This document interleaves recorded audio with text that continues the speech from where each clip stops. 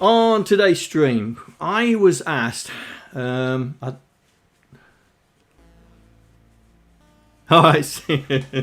Right, I was asked about how to get a screen, a CPS screen design onto the C64 screen design, which, you know, I thought was, well, it's dead easy, but you know, what I think is dead easy is not so easy for other people. So I thought that I would do another messing around, but using, as you can see on the screen, the new beta of CPS from AJ.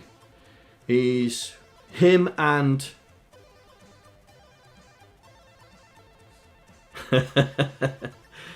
him and Stuart, who's now the lead tester, Stuart's doing a cracking job, absolutely cracking job.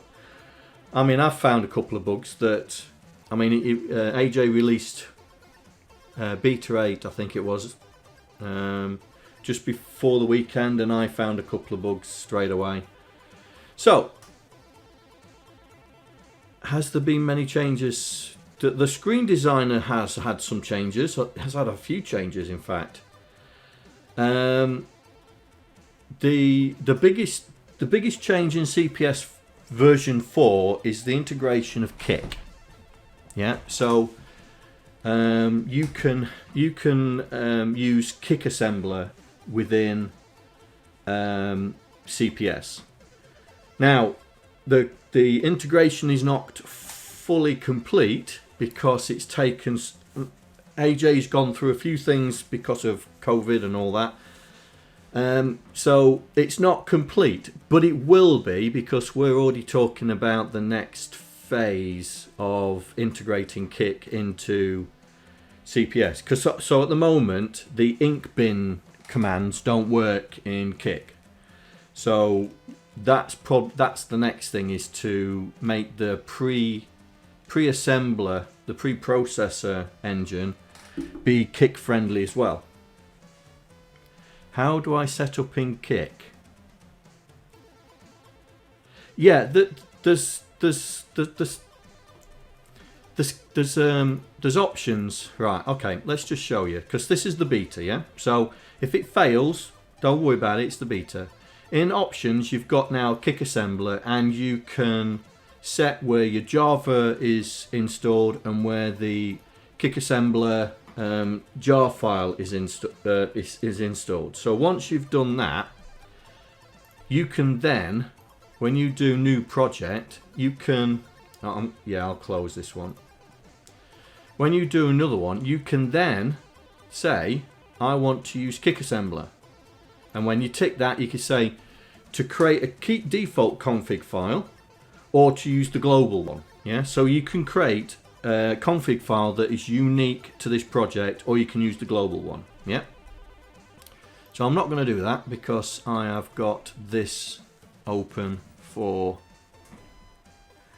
the stream today. So this is the beta version of CPS, beta 9. It is getting very stable. I don't think it's too far. I know Stuart's found a couple of things that AJ's trying to sort out. The assembler had a couple of issues. That's where I found a couple of bugs, was in the assembler.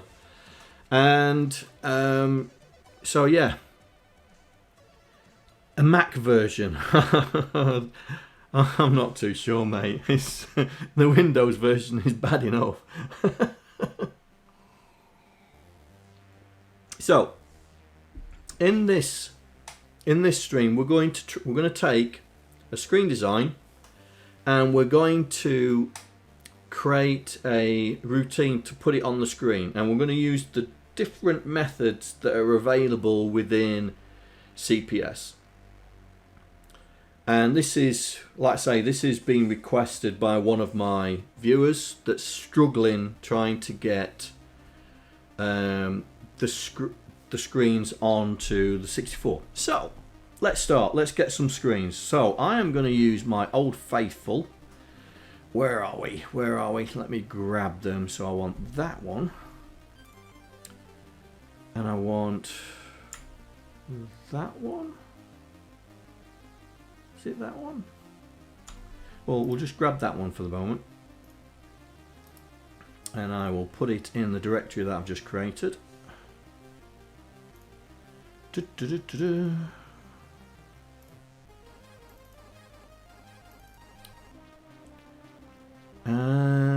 64 text Twitch streams. That's what I'm after. There it is.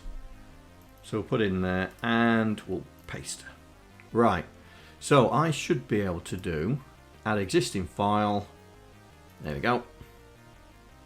Right. So there is a Screen Designer file, and as you can see, it's Neptune Lander.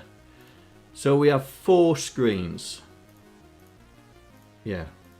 1, 2, 3, 4. I'm not going to create any screens because that would be boring. So here we are. We have got 4 screens to work with.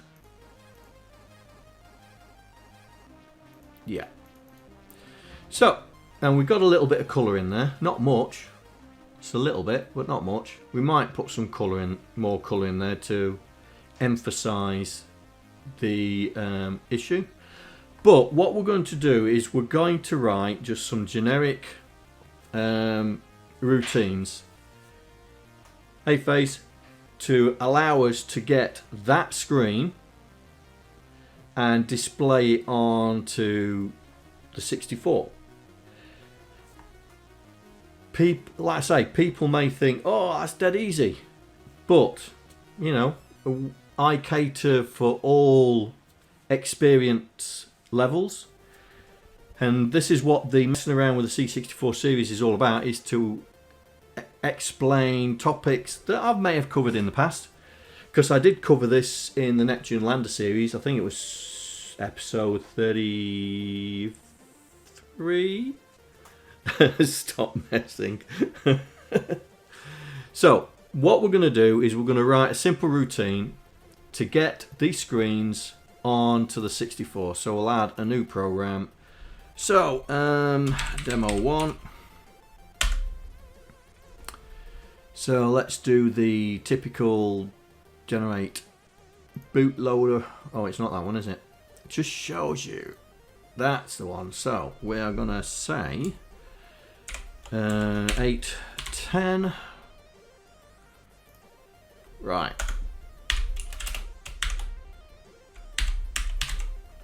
There we go. So, oh, can't see the font, can you? Hang on, let me see if I can boost the font. Preview this one, that's the one. Change to 20.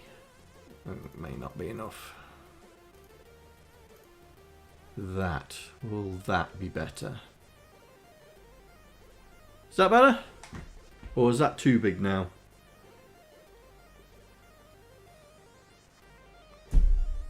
Right. So, we are going to... Right, so we are going to create a small routine to take that screen and to put it on the C64 screen. Hello, Rob. Welcome. First time chatter. So, there are many ways of exporting. There are many ways of exporting the screens. Yeah. So we can literally just export the screen as assembler. So we could say generate data for all the screens, lump the color, screen and color data together, blah blah blah, boom, there it is, and that generates the screen data. So that just looks like just the screen, doesn't it? It doesn't look like any colours are in there. So they're the 4 screens. So we could just then copy to clipboard and then just paste it in like so. Alright, as binary, I have no idea. Let's find out. Oh, do we really want to put it in as binary?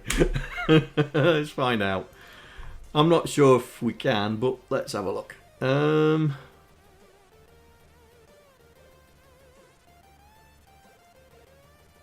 No. So, oh, include color data. I didn't include that, did I? Generate binary file. We don't want to do binary file. Oh, binary. Yeah, generate binary file. You can do it here, look. Generate to binary file. So we could say screens.bin like that. And click OK.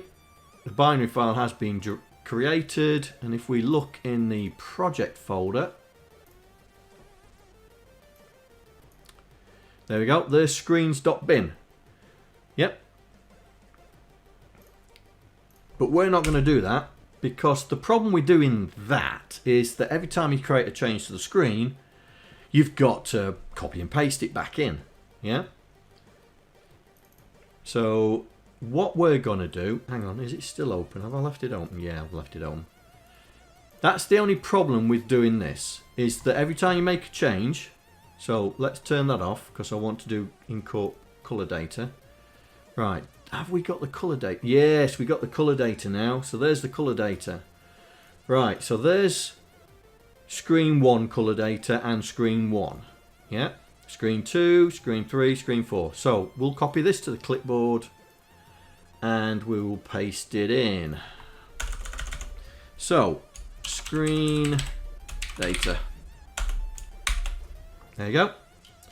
So that's the data for the screens. So now we've done that,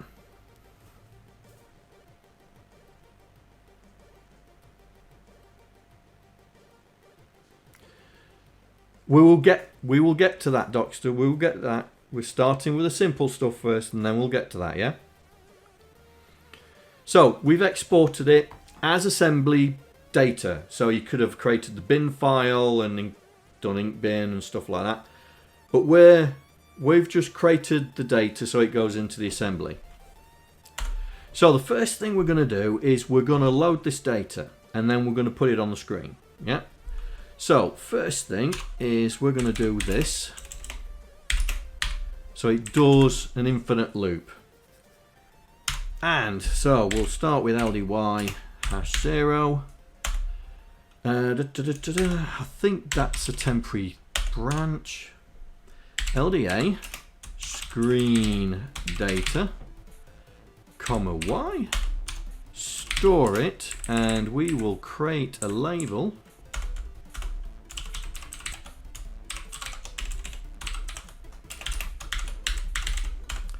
And ooh, D800. So we are going to store it in screen. Oh, my arms are killing already. Screen RAM, comma Y, and then we will do this. So first one, and then the second one is plus $010 plus $0100.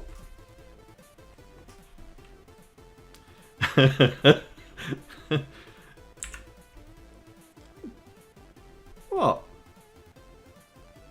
That's how you spell it.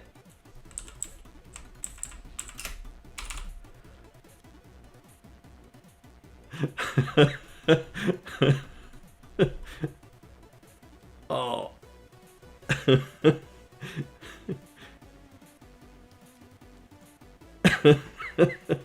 Look, we're not having this discussion about colour, alright? Colour has a U in it.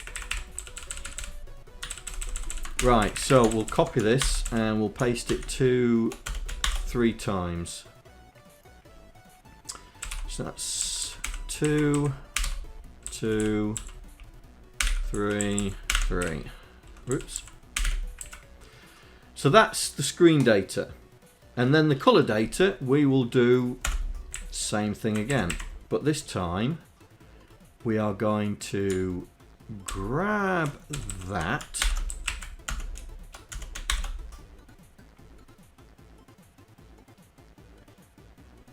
Yes, I'm a good old-fashioned Yorkshire man. So $0400, and that goes into colour RAM.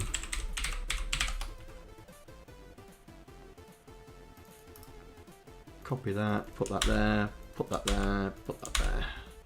So 4, 5, 6, 7.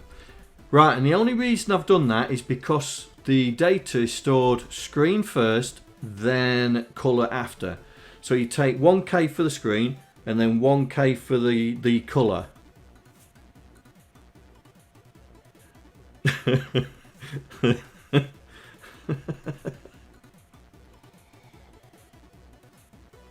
So let's do iron white and branch if not equal to 0 to at loop. I think that's what I called it, isn't it? Yeah. So increase Y, jumps back round. So we should,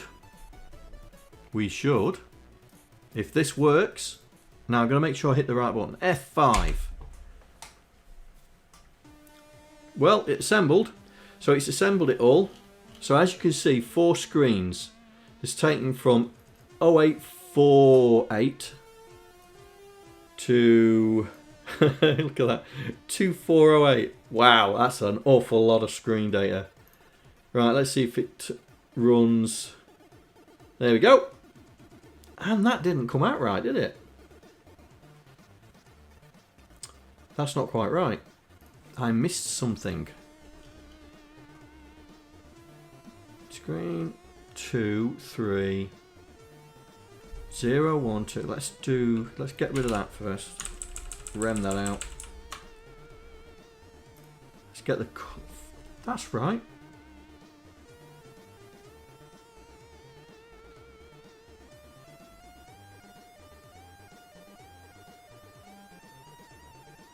Now I'm putting it on in 256 byte chunks. So if you do load 4 times, so there's 1.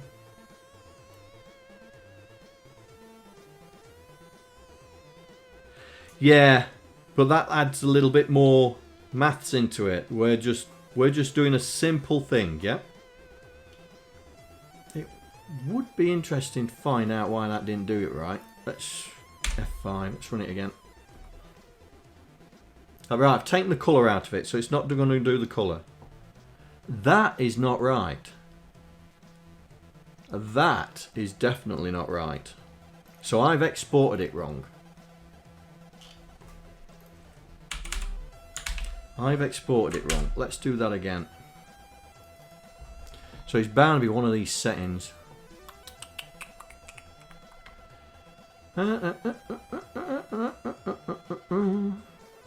Oh, hang on, padding. Pad the screen and colour data. Ooh, there we go.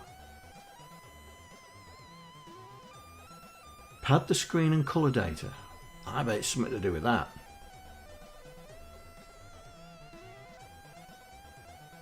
Right, let's find out what it means by padding the screen and colour data. F1. No! There's no help. Hang on.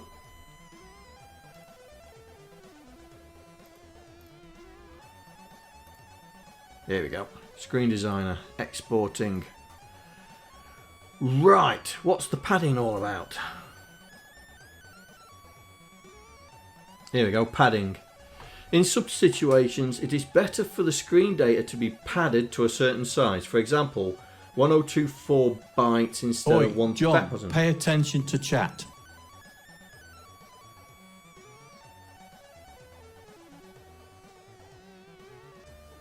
Yes. Pad the screen, color data to...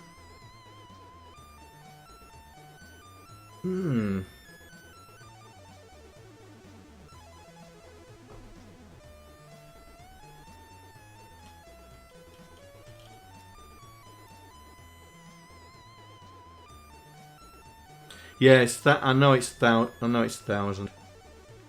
But this should export.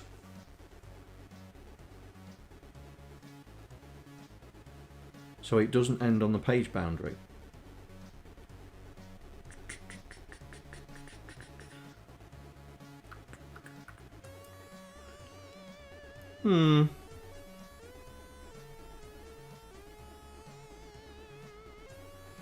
The thing is,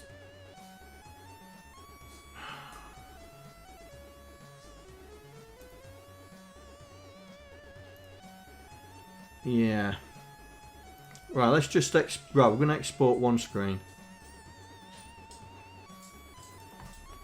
We'll export one screen. Let's just see what it's doing. There we go, one screen, copy,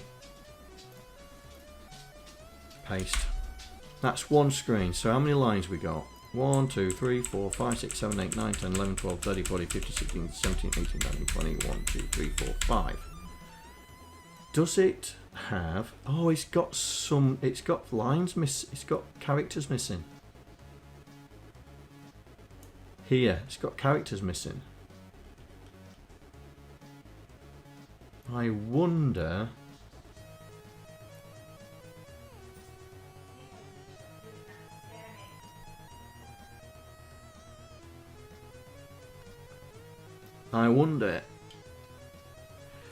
Well, this is certainly. It's certainly.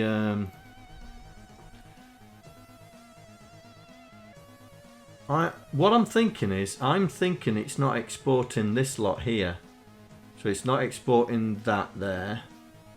So the first line is a load of spaces. Let's have a look.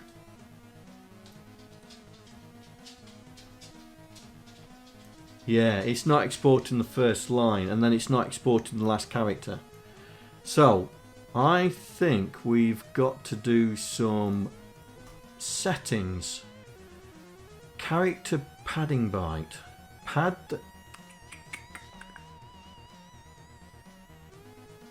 Oh, generate empty rows. Here we go. Generate whole rows, including trailing spaces. This is what we need. These two here. Right. Right, let's do that. So here we go, we've got it here. Let's get back to this. Paste. Are they all the same length? They are indeed. Right, so we should be able to run that. F5.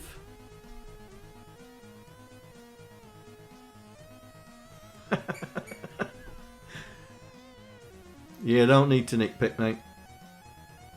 There we go. There we go. One screen. Right. Now we know what settings we got to pick. We will do the colour one as well. So we'll go back into it, and this time we'll tell it to export screen 1, including colour data, pad it out, go. Copy. Paste.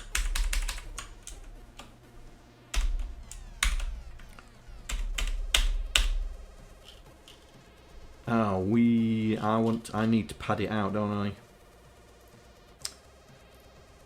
I need to pad it out. Pad it out to 1024. 20. 0. Thank you.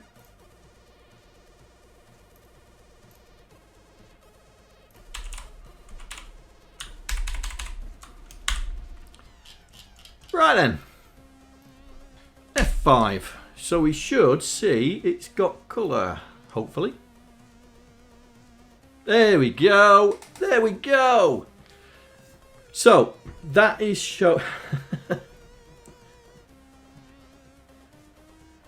yeah, well, I mean, this is the whole point, yeah? This is showing you how to do it manually. You know, for all those people that don't understand assembler directives and stuff like that, this is how you can do it manually. Now, there's also another way, is by doing it, getting the assembler to do it. And that's using a directive, which an assembler directive, which then allows you to export the screens but let the assembler do the exporting. Yeah. So we'll do that. So that's demo 1. Yeah. So we'll create another one. Demo 2. We will copy everything that's in here. Paste it in there. So we are going to get rid of all this, and we are going to use an assembler directive that allows us to I'm not doing worms now. No, we are doing simple stuff for some of the guys, to show them how to get screens out of CPS onto the Commodore 64 screen. Right, so the assembler, let's grab this, put this down. I can't see my screen. There we go.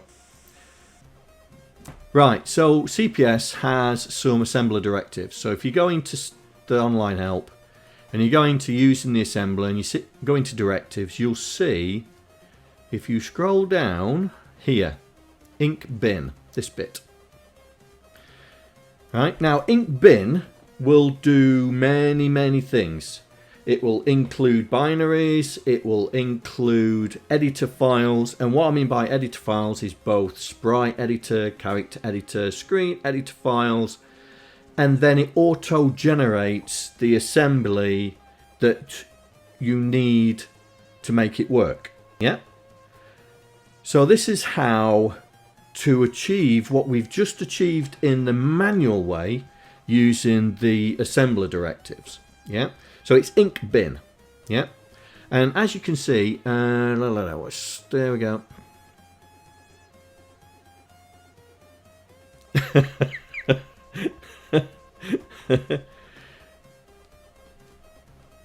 Not yet.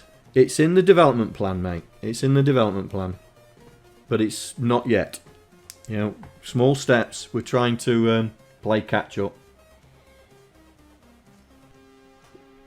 But we have got plans of making a char pad editor within CPS anyway. So, I mean, we've got everything else. We've got the character editor. We've got the screen editor. We just need the tile editor. So we're just creating the tile editor type thing. So, what we need to do is we need to do ink bin, the file editor, start and end. Right, so start and end. So this is data generated, starts at start. So screen, character or sprite, and ends at screen, character or sprite.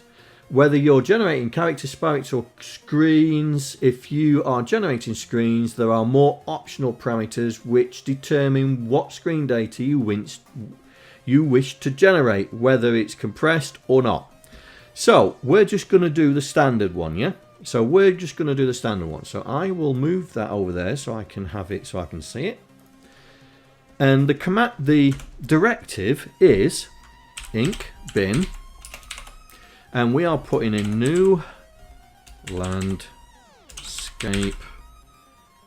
v2. That's the file name .sdd. That's the file name. And so we're going to say we want screen 1, starting at screen 1 and ending at screen 1. And we want, where's the options? Yeah. And we want the char data. Yeah. So we'll create another one, which is called color data. And we'll do exactly the same thing again. But this time we are wanting the color data. So you can tell it what you want to export. Yeah. So we need to change this code slightly. So color data, copy. So color data, color data, color data, color data. Get rid of that. So that's going to be 1, 2, 3. So we are getting. Oh, it would help if I spelt it right. Oh, well done. I've just seen it in chat. Well done, mate. So you get 10 points for that. So we're going to include the binary file, which is new landscape v2, and it's the screen editor file. We want screen 1 to 1, so we're only going to export one screen, and we want the character data, and then the next line exports the color data. So I'm going to F5 this. Does it error? No, it doesn't. Right, before I go on to the C64, as you can see, it's exported the screen data for screen 1, and it's also exported the color data for screen 1. Yeah? So if I close that down, the C64 will fire up. Voila! One screen, one line of code in the assembler, and it did it. It did it for you.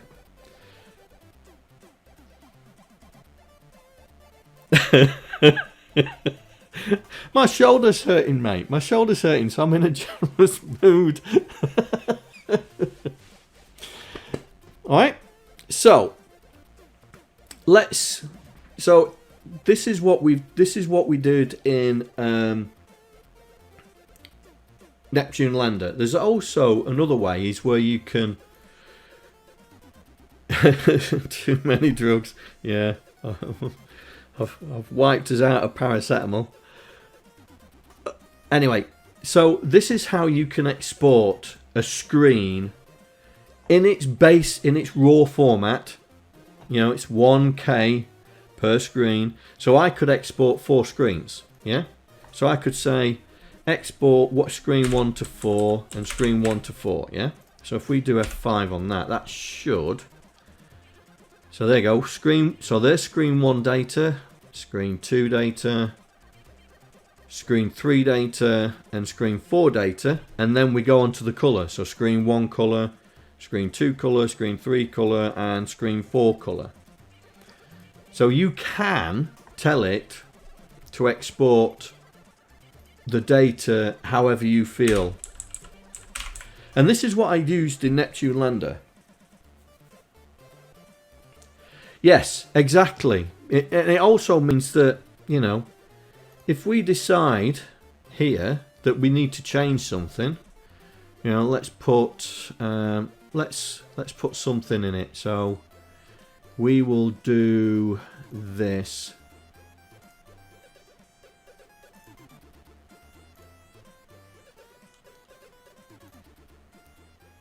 Right, save it. So I've just put OSK in the corner there. Now if we'd done it the manual way, we'd have to re-export it, copy and paste it into the assembly code, and then run it. But this way means that I just press F5, and boom, there it is in the bottom corner, OSK. And it's even got the colour. So I don't like the colour. So let's change the colour. I want purple. That's what I want. So I want to recolor that. Purple, purple, purple.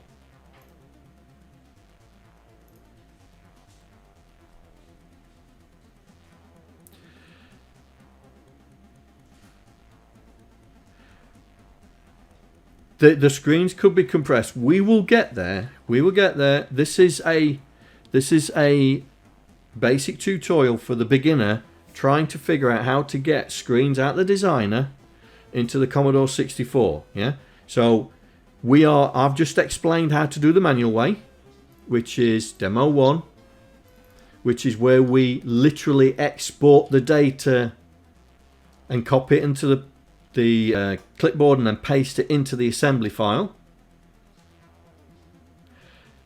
Demo 2 is where we are doing it dynamically. We're getting the assembler to export the data that we want, which then gets loaded into the C64.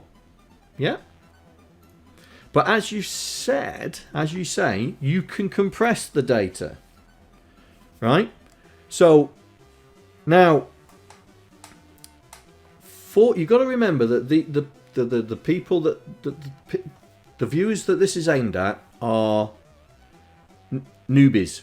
Yeah, newbies. They are people that are just starting out. That's why I'm doing this, because I was asked if I could do a video on how to get screens out of CPS into the 64.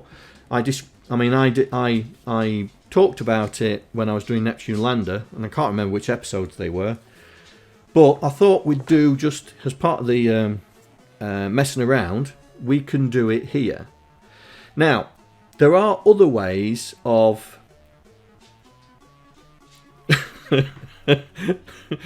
Gary, it's not noobs.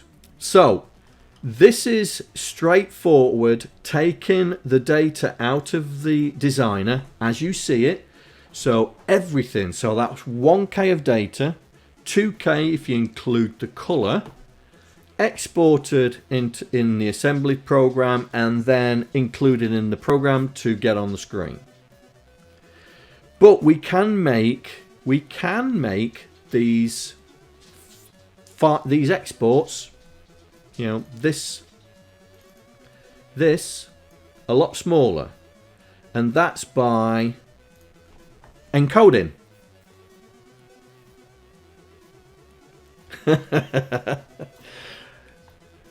Yeah, I mean, I mean, this encoding thing was new to me when it was added, you know, and you know, because if you remember, the first time I did the screens in Neptune Lander was the full screen, no encoding, but now we can encode, and so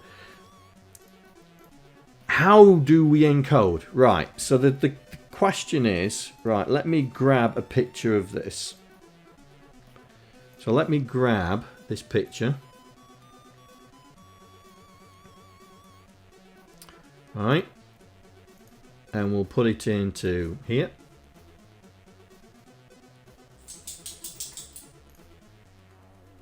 And we will boost it. We will blow it up so we can see. There we go. Now, encoding. Let me get my little tablet. My graphics tablet, so I can scribble all over it. And I am too idle to move, so I'm going to... Will it sit on there? Yeah, it will do. Right. Hey, look at that. Right, let me make my brush bigger so you can see it. That's better. In fact, we'll make it a little bit bigger. Yeah, and we will make it yellow. There we go. Right. So, encoding. How can we make this 1,000 characters be a lot less? In fact, I'm not going to have it that big. I just thought, let's knock it down to there. That'll do. Yeah, that'll do. We're not even going to go that detailed, mate. This is simple. This wins it. This is, shut up. This is simple. This is simple encoding, and it is called RLE, which is short for run length encoding. Yeah. And what it means is that when you look at the screen, you can make it smaller just by applying a simple pattern encoding over it. Right? So run length encoding is that it looks at the screen designer, and it says, right, what's the first character? So what's this character here? Yeah, what's that character? Well, that's a 32. Yeah. And it says, is the next one a 32? Yes, it is. Is the next one a 32? Yes, it is. And as it's doing, it's going, right, that's 1, 2, 3, 4, 5. And it carries on doing it until it hits another character. So that's going to be 40. So 41, 50, 60, 70. And what it does, it goes, a new character. Right, so that's 71, 2, 3, 4, 5, 6, 76. So the first pairing is the character is 32 and it's 76 characters that you're going to be using it. Then it goes, right, what's this character? Right, let's say that's character 83, yeah? And it goes, I found another space. Right, so that's comma 2. Then it does 32 again for another, and that's going to be what, 38? 38 characters. Can you see how it's working it out? Yeah. So it looks at the character and says, is the next character the same? Oh, yes it is. Right, that's 1, 2. Is the next character the same? Yes it is. 3. Next character, 4, 5, 6. And it carries on coming until it sees a different character. And it goes, oh, this is different. Right, I've had 76 instances of 32. Right, that's 32 characters. The character 32, 76 times. Then it goes, right, this is 83. Is the next one 83? Yes, it is. Oh, that's 2. Is the next one 83? No, it's not. Right, 83, 2. Number of times we've seen it. And that's how run length encoding works. And eventually what happens is you will get some characters in pairs, which is the character number and how many times you need to put it on the screen. So if we do run length encoding on this screen, you'll find that it'll be a lot smaller, and we can do that because we can still use the traditional exporter. That is true, but what this does is if it gets to 256, it just starts another pairing. So what we can do is we're not going to include the color data. We're going to say use run length encoding, and we're going to separate the thing, and we'll add as a terminator. So yeah. Straight away. There you go. That is that screen. So if I copy that and I'll paste it into Notepad. Let's get rid of that. And that. We'll put word wrap in. There you go. So it's created 2 lines. It's created 2 lines, and what's that? 1, 2, 3, 4, 5, 6. Let's make this even easier. So 1, 2, 3, 4, 5, 6, 7, 8. Right, they're in 8s. So 1, 2, 3, 4, 5, 6, 7, 8, 9, 10, 11, 12, 13, 14, 15, 16, 17, 18, 19, 20, 21, 22, 23 lines. 24 lines of 8.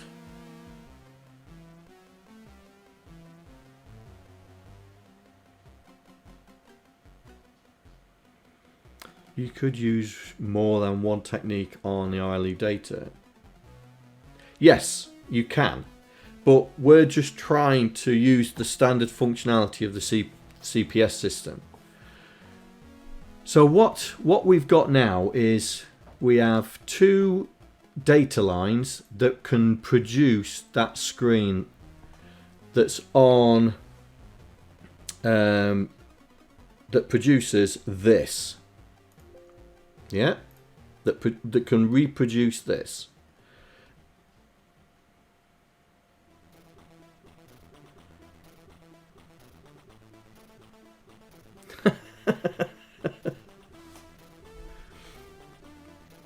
I know that C64 Mark, when he did Neptune Lander Elite, he actually encoded it twice. He did run encoding twice across it and made it even smaller for all the screens.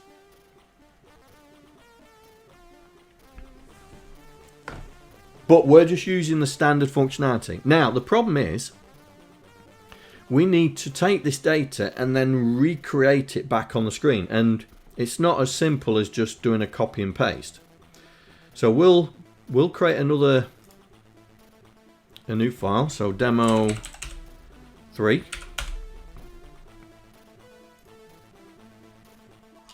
and we'll grab the starter, the start for 10.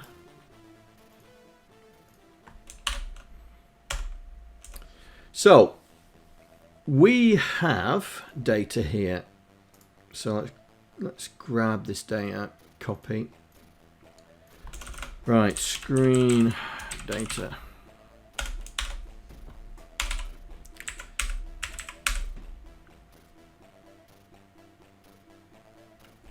Yeah, well, we're not going down the complicated routes. We're just using the stuff that's in CPS. So we now need to write a routine that allows us to interrogate this data stream and recreate it on the... Well, it's like I say, it's not a lot. It's not a lot. I mean, when we come to assemble it, we'll see what the memory usage is for the single one to compare to the run the RLE version. So we need to now write a routine that can decode this. So as you see, it's the same so we're looking at character 20, and it happens hex 58 times. Yeah, character 20 58 times. That doesn't look right.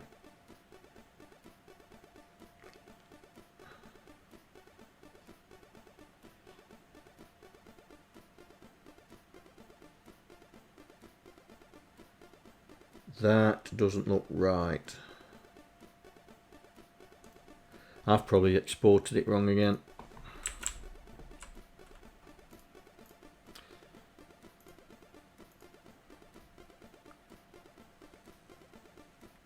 .58 is 88, is it?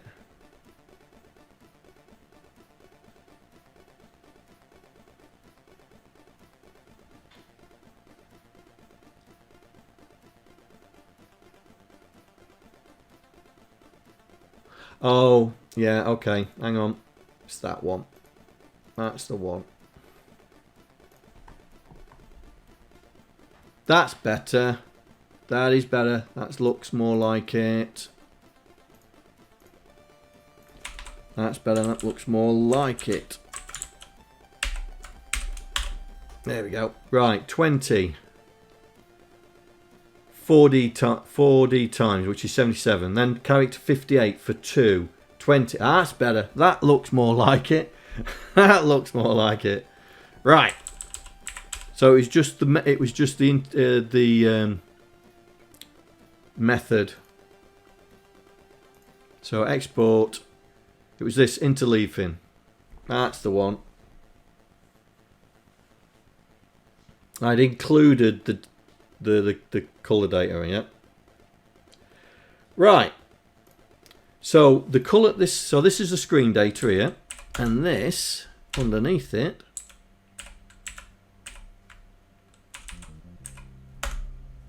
that is the color data.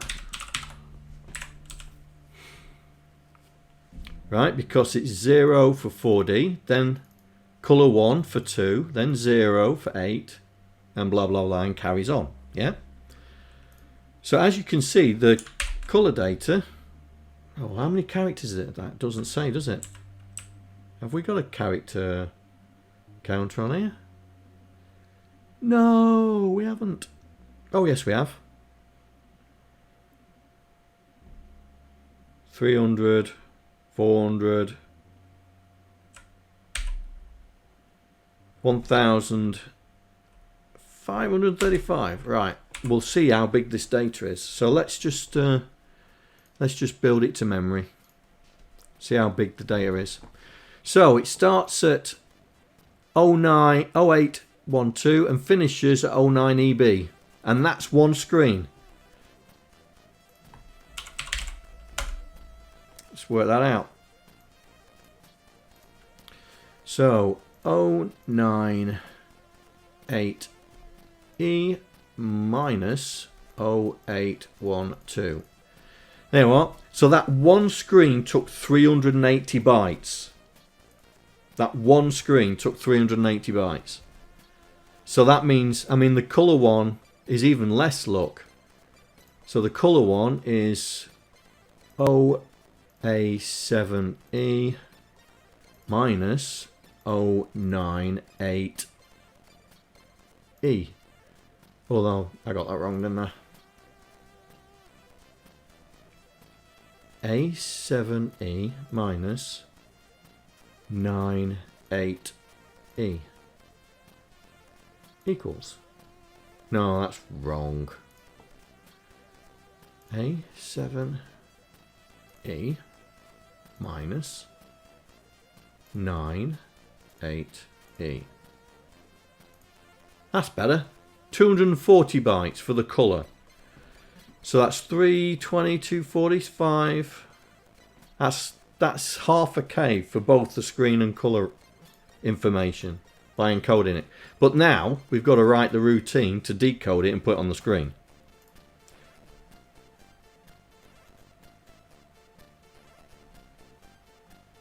Yes, there is that as well, mate. There is that as well. But we're, like I say, we're trying to use just the standard functionality out of the product. You know, so these guys can just say, right, I want to compress it, and they don't have to worry about it. The only thing they have to worry about is to write the code to read it. All right. So what we're going to do is we're going to create a decoding routine. So let's see. My arm. Right. Let's see if I'm up for typing this. Yeah. So we will call this decode screen, and we are going to say that the accumulator is the high location of screen data. In fact, we'll put those comments at the start of the line. Y equals low location of screen data.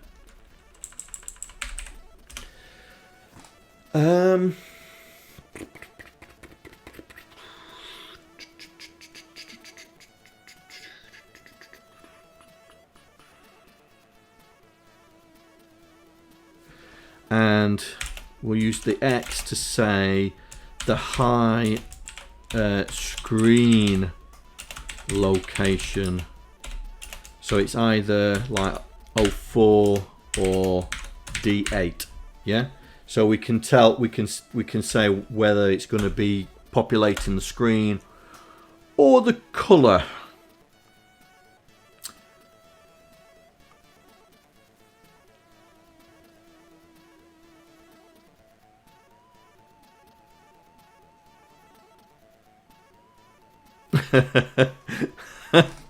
Well, there's going to be self-modifying code in here, I'm telling you now. Right, so we're going to store Y in a temporary variable called, what should we call it?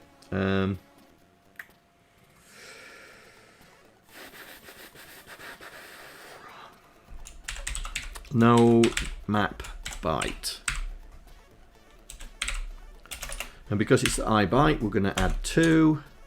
Store that one in load map byte plus 1. Because remember, this is kick, so we can't have references inside of the @ sign is a temporary variable, mate, like the exclamation mark in kick. It's a temporary variable. Yeah. All right.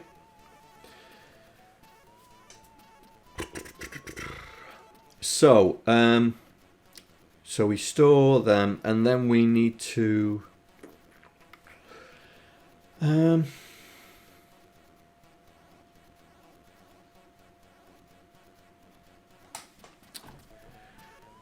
store X. We need to store X in screen location +2 LDA #0 and store that. In fact, no, we'll still use X. LDX #0 and store X in at screen location +1. So that is our destination. So we've stored where we're taking the source from. In fact, load map byte. No. Source.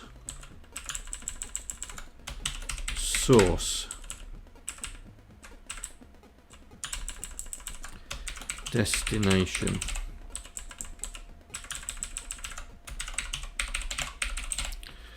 There we are. Trying to make it so initialize source reader.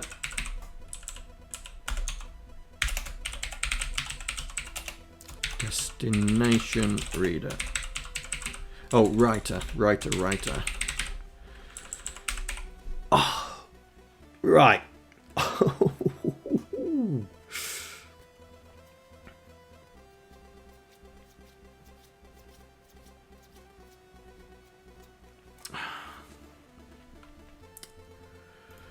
Right, so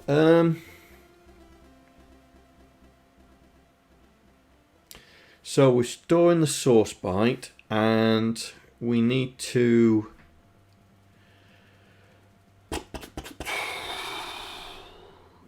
we need to do this, don't we? We need to increase Y and then store that in source length.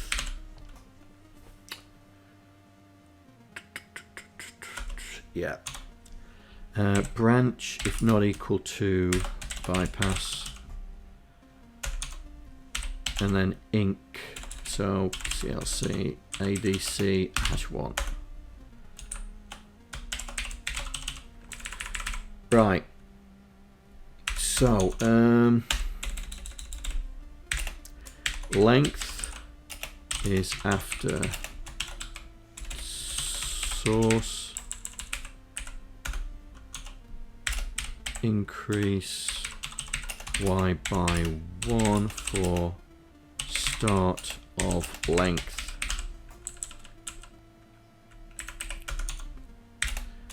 Does this cross page boundary?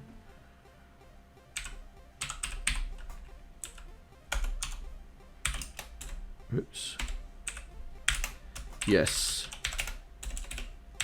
Add 1 to accumulator, because the accumulator is the high byte. Yeah. So now we can do store Y in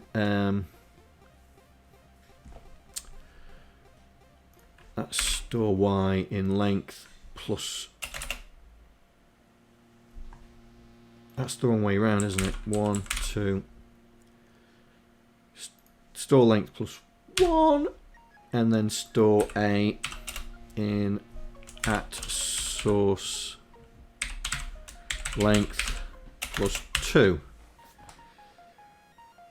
So that's initialized our source byte and initialized our source length and set our destination. Right, okay. That works. So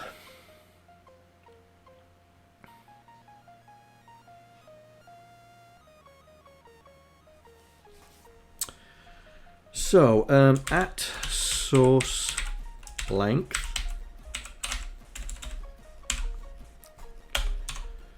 so we need to do LDX. So this is self-modding. This is self-modding code.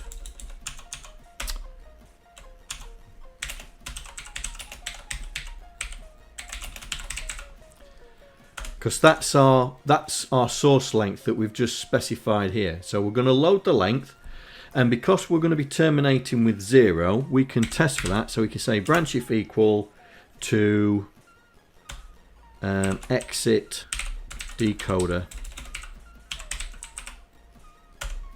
Alright, so down here we'll have exit decoder. So now we've got the length, we need to then get the byte. So LDA. So once again, self-modding code. Just in case for you people that don't understand. And we are going to store it, and it's destination location. And we are going to store it there.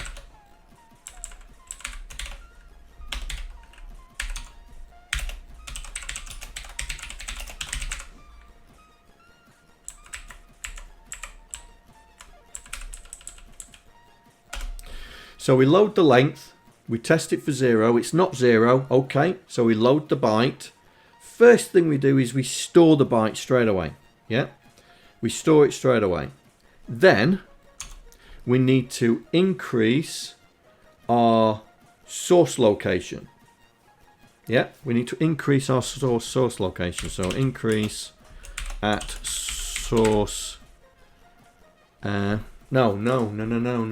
We don't increase the source location. We increase the destination. +1. Branch if not equal to. Kicking in. Bypass. No. We will. In fact, I'm not going to do.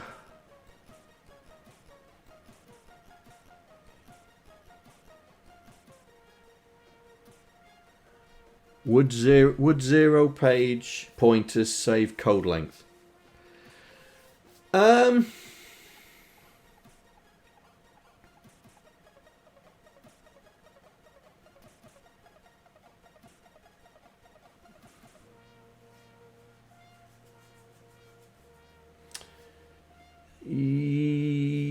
Yes, I suppose.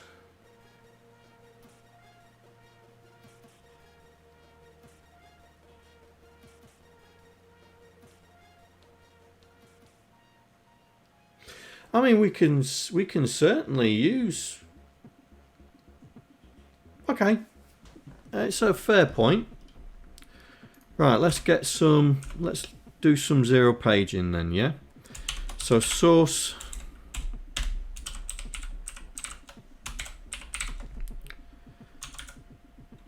byte, we will use F0. Source length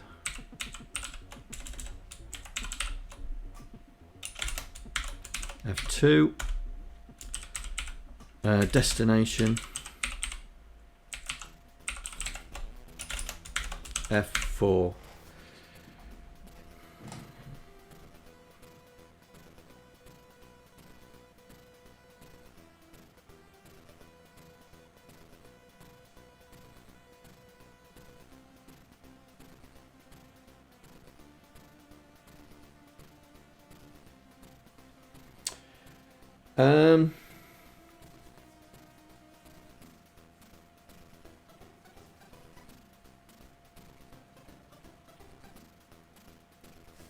Okay.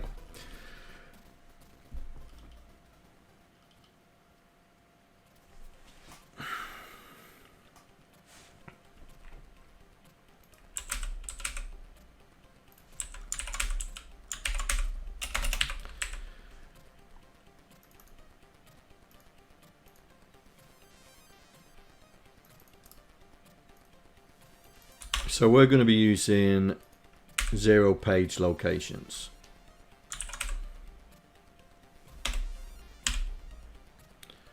Come on, tooltip. Where are you? No?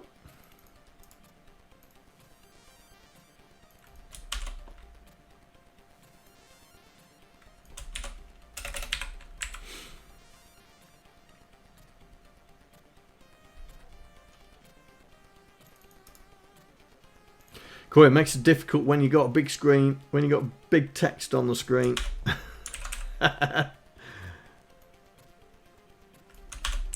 Right, so we're going to use 0 page, alright? So we're not going to do any self-modding code. We're going to add y with 0. Get rid of that. But the problem is... No, it's not a problem. Not a problem.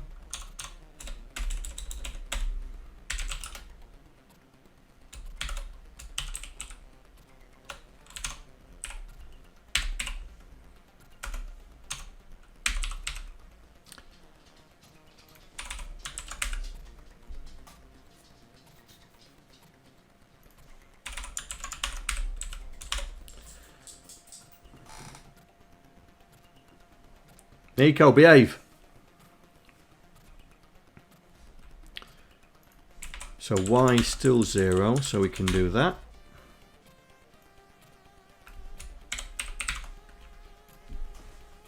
Okay. And then destination y is still 0, so we can store it in comma y.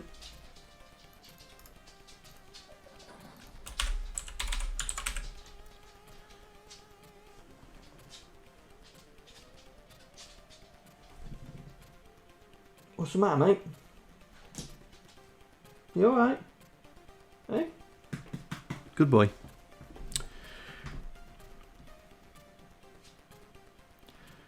Right.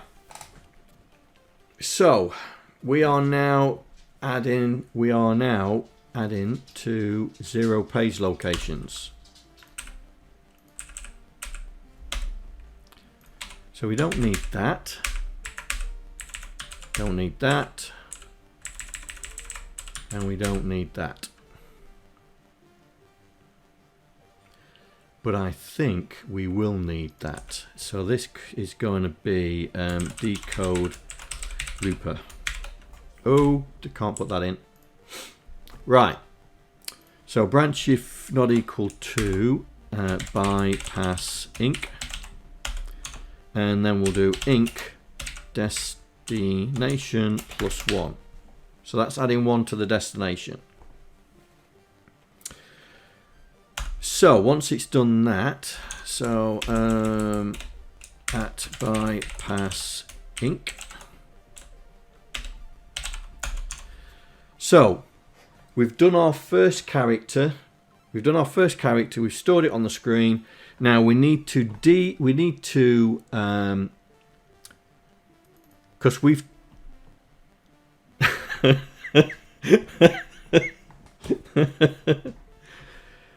oh my arm. So now we need to, we've done the put it on the screen, so we need to dex to say, right, we've done 1, so we're going to decrease the counter, the character counter, and if it's not equal to 0, then we're going to go back to back to here. So this is going to be the char character looper.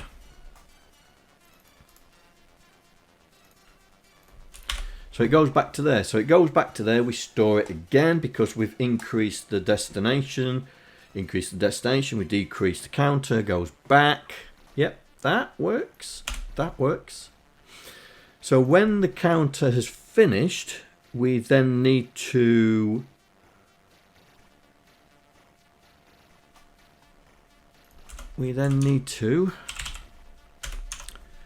add, yeah, source byte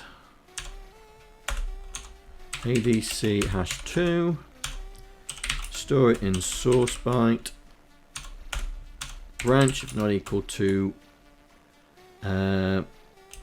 bypass inc source byte, inc source byte +1.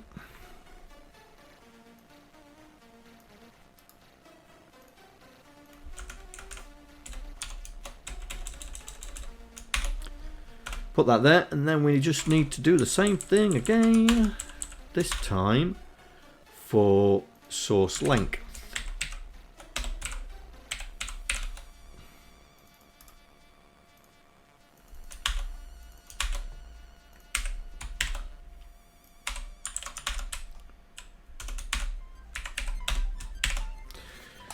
So we've added the 2 bytes.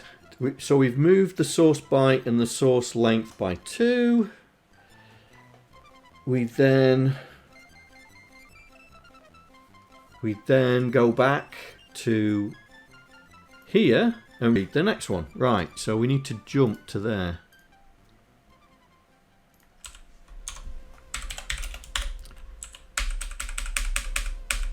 And then that is just a return.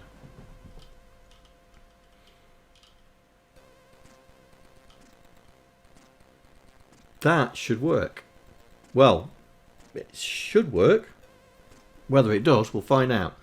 So what we need to do is we need to set the accumulator, the Y and the X. Well, the X is easy. The X is going to be, whoops, the X is going to be that. So we'll do the screen RAM first. LDY is hash that, and it's going to be screen data, and LDA is hash that screen data. JSR decode screen jump star. So it just stops.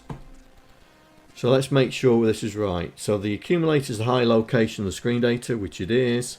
The Y value is the low location of the screen, and X is the high of where we want to put it. Right, let's try it. Let's see if we break it. F5. Does it work? No, we have an error. What error have we got?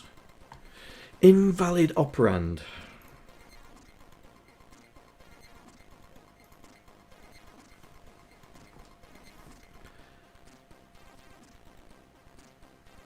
Oh, we're not in kick. Right, what else have we got?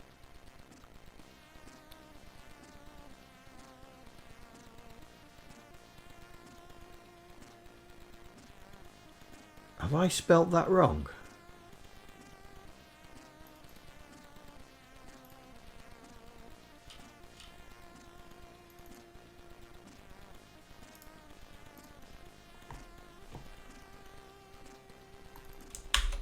Yes.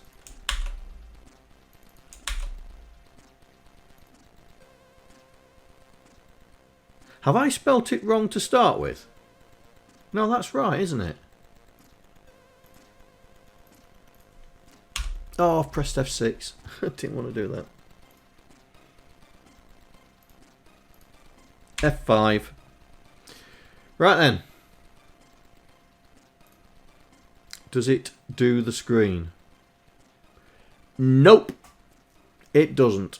So we've got a bug.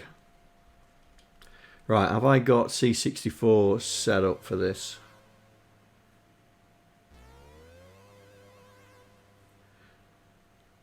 Have I? Yeah, I've spelt it wrong all the way after. Okay, let me just set the C64 debugger up. C64 debugger. Oh, it is set up. Okay. It is TH, isn't it?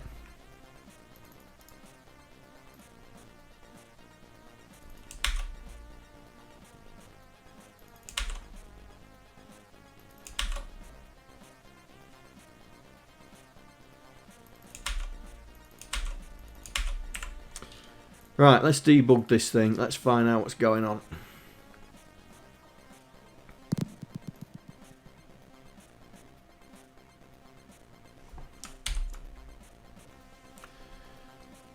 Right, so we'll put a breakpoint there.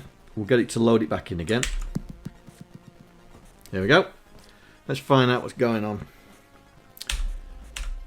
So we go into here, we store Y, which is 5E. Store A, which is 08, yeah. Increase Y, which makes 5F. Store it in F2. Branch, if not equal to... Oh! No, it stores it. Store A in F3, which is 04. Store X in F4. F5. Right. Load. It's 4D. That is the right length. Right. Branch if equal to 0, which it's not. Transfer A into X. Load 20. That's right. Store it.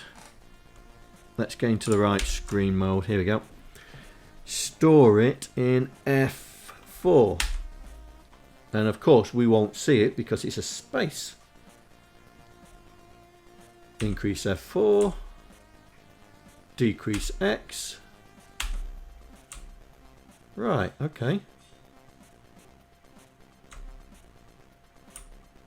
3, 5, here we go. So X is coming down. It is not storing it on the screen.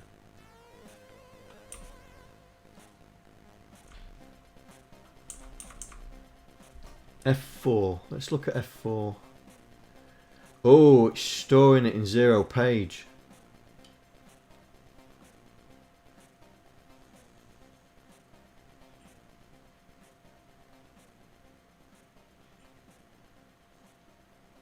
Ah! Rookie error. Rookie error. No one spotted that, did they?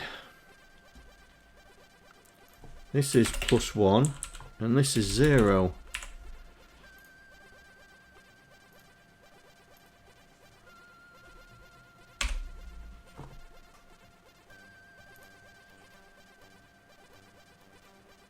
Here we go. Right, we're getting somewhere.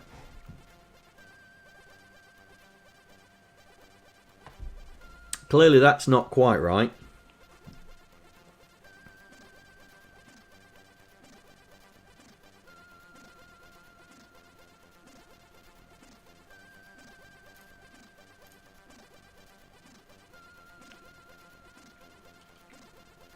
I wonder if it's this.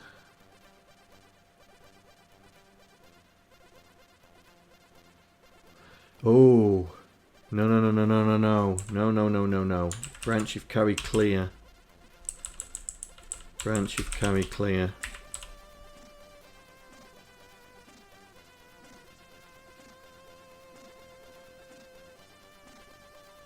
That's only increasing it by 1, so that's fine. Right, let's try that again.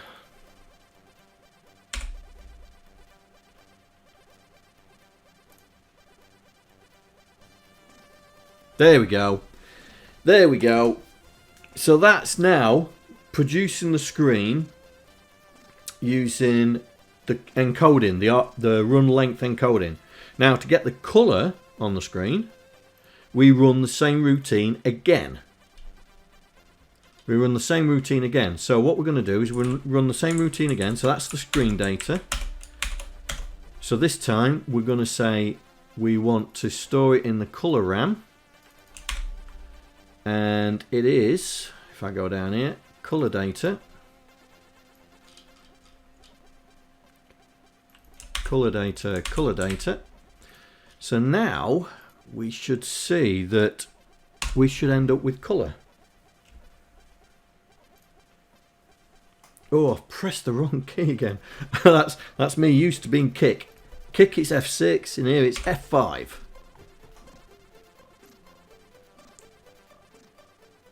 There we go, and there's the colour being applied to it. So if we compare, demo 2, right, which is the loading. So if we compare this, so F5 on this. So this is just one screen and it finishes at 1018, yeah? And we get a full color screen just for one screen. That's taken from 0800 to 1018, which is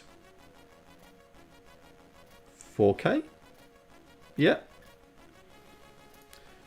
If we then run demo 3, which is the encoding one, so F5, this is taken in its entirety to OAD3. So we are what?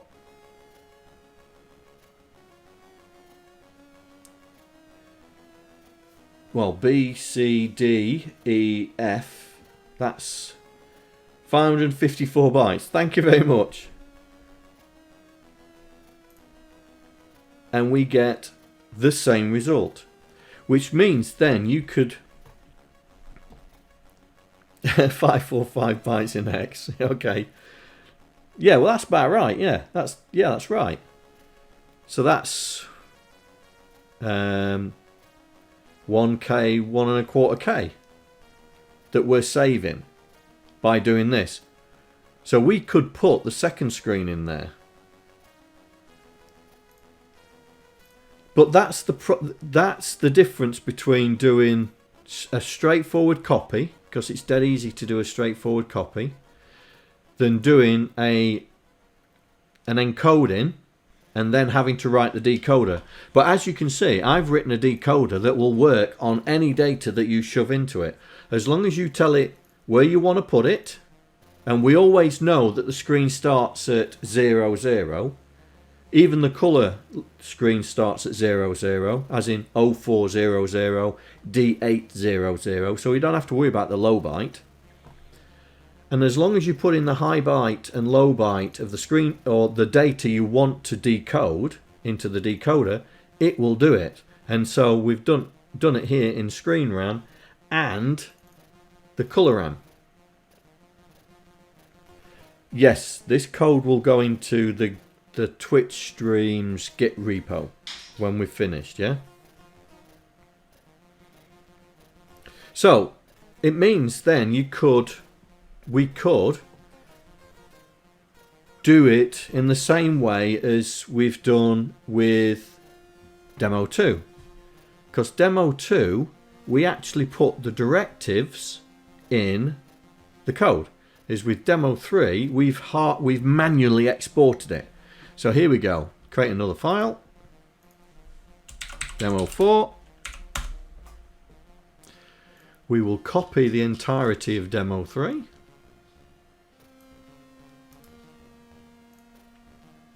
Demo 4. And we can do this with directives again. So let's get the demo 2 directives.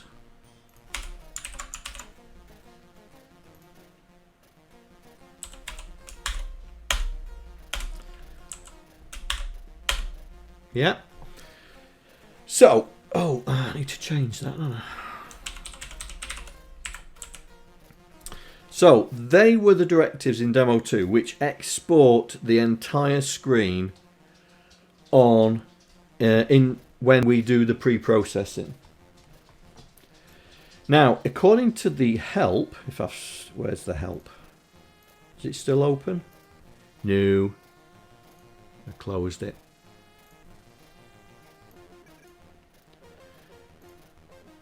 So according to the help, we can do the compression inside a directive. So what we need to do is put interleaf in there.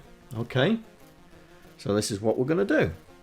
So comma interleaf, interleave, comma, interleave.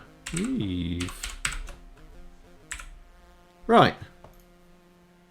So we're going to export screen 1, and we're going to, right, let's see if it does it. F5. So we'll just look at the output. So there you go. So it's done it. Level 1 character data, level 1 current color data. Close that. Let's see if it runs. Ooh, it blew a fuse. Now, what has it blown? What has it blown? Why didn't it work?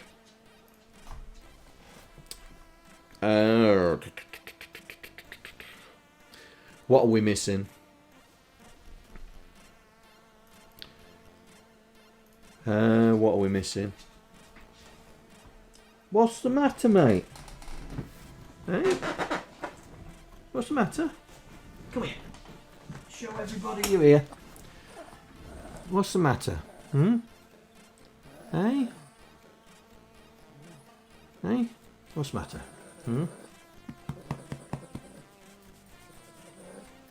You alright? Alright. You want to stay there? You want to go down? Alright. Hey, less of the aggro. Right. What have I missed? Come on, guys. What have I missed? You've been watching. What have I missed?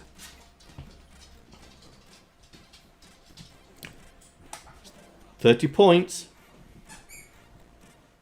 I know what I've missed. What have I missed?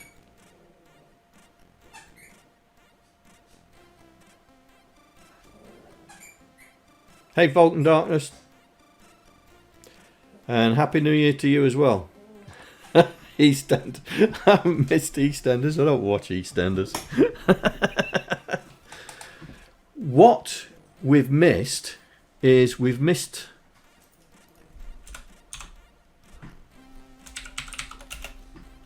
the terminating code. Yeah. So we've missed the terminating code. So we need to put the termination code in there. Because we're testing. Remember, we're testing for a 0 to say that's it, that's the end of it, and we didn't do it because it doesn't automatically add it. I mean, I don't think it does. I don't think it adds it in. No, it doesn't. It's not an option. So we forgot to add the 0 because we're testing for 0 length. If we get a 0 length, that's it, end of it. So if I press F5 now, it should work. Let's just make sure. Come on.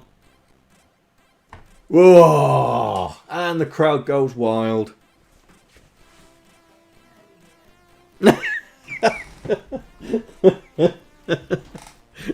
Mrs. OSK just went and said, no, it didn't.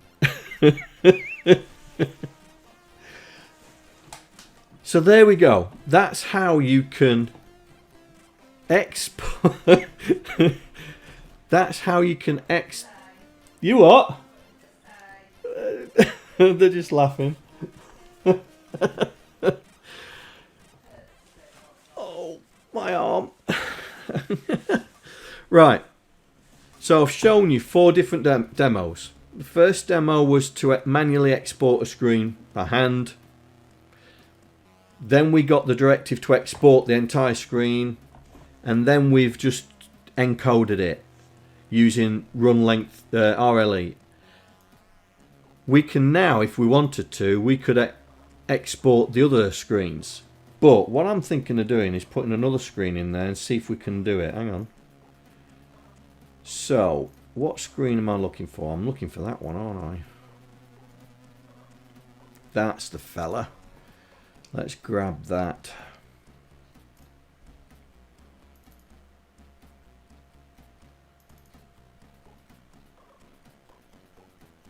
Twitch streams. put that in there. Right, let's add existing because I've got it. Here we go. So this one is, and I think I need to close that down, don't I? And then open. There we go. Neptune Lander. The actual title screen. So as you can see, this is a bit more complicated. So we're going to try and see if we can get this on the screen. Yeah, so this is a bit more complicated. So basically we change this. So it's intro to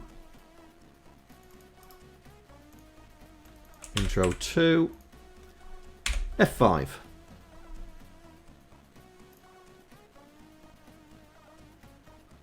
There you go. See you later, Mikroman.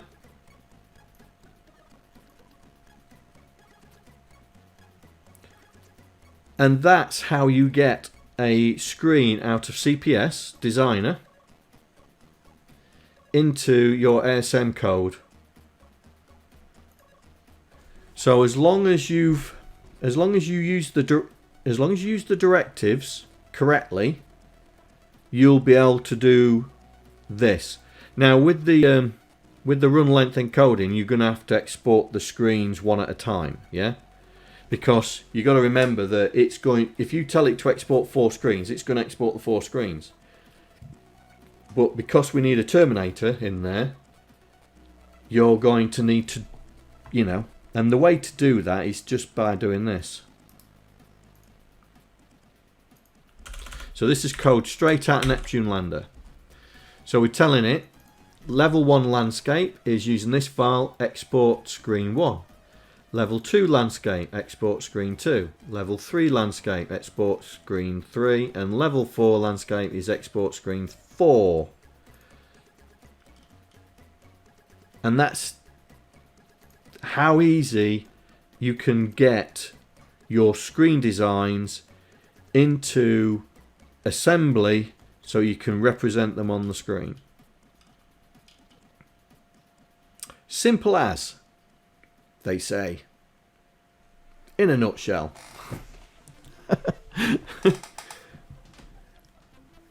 Any questions? Any questions? No?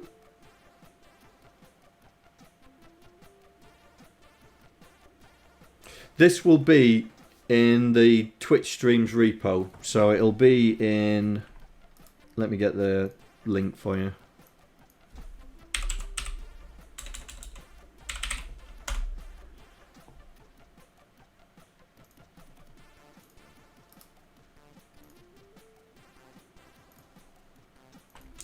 It'll be in that repo when I've finished, when I've uploaded it.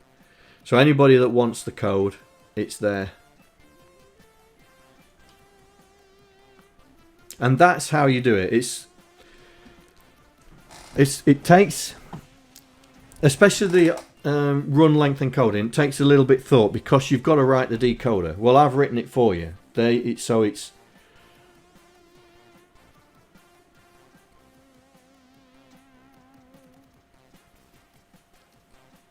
I'm not at that level yet to worry about doing it in Kick. Well, when we have the full integration of the screen designer, the sprite designer, the character set designer, and all that integrated to the Kick assembler, then you won't need to do it because you'll just use the assembler directives to do it. In the first version, it won't do it. You won't be able to do it. You'll have to manually export it. Either export it as a binary file or do a copy and paste like I've done in demo 1 and 2. Yeah. But in the later versions and later on in the year, we should have full integration with Kick for the screen designer, the sprite designer, and the character set designer. So you should be able to, in the code, put in ink bin, the thing with the parameters, and then the preprocessor will do that work for you in kick format into the assembler and then send it straight into the assembler. So that's what I wanted to show today, and that was requested by a viewer of mine. Now, somebody said on Discord. Who said in Discord? Or was it on chat?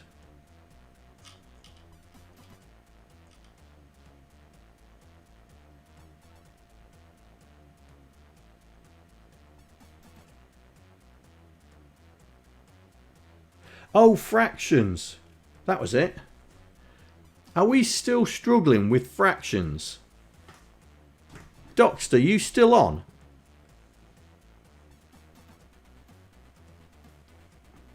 Are you still struggling with fractions?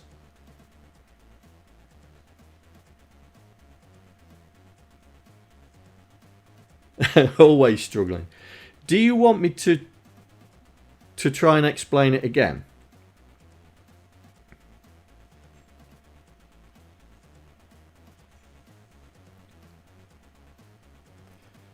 All right, then.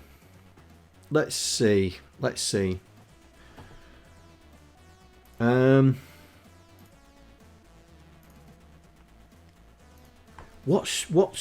stream was it? Let me see if I can find the. I know it was in a Twitch stream, wasn't it? Was it this one here? Basics of Sprites. Oh, it was that one, wasn't it? Let's have a look. Let's open it. Let's find out.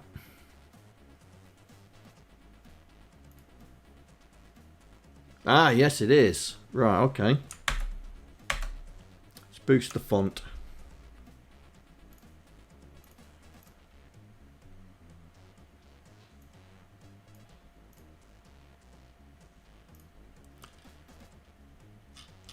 Oh, in fact, it's in CPS. Right then. So we'll open it up in CPS. So 10. Open project.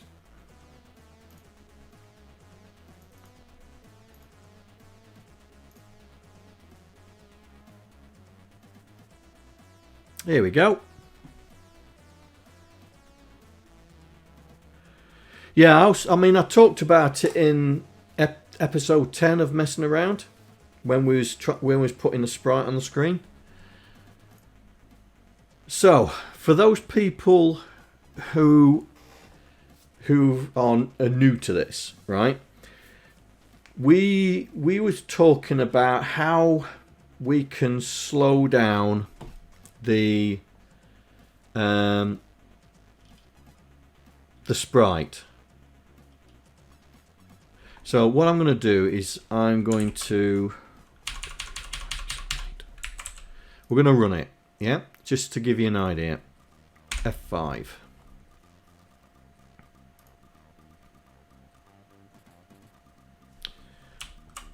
There we go. Super fast. Right. The problem here is that our sprite is moving so fast because for every cycle we're moving the sprite 1 pixel, and because the computer's running so fast it's whizzing off the screen and repeating. Yeah, so we have to find a way of slowing the sprite down. We don't want to slow the computer down, but we have to slow the sprite down. So instead of saying x equals x plus 1 pixel. No, it's not raster locked, mate.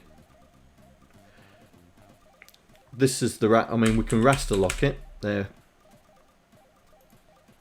because the raster lock was actually in the code. So this will slow it down a little bit. Right, so this is now raster locked. So it'll move 60 pixels in a second. Yeah.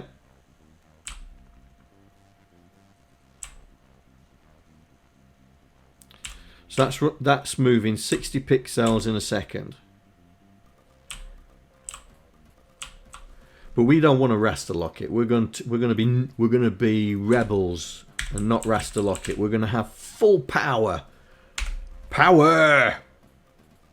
Oh, 50 is it? Sorry.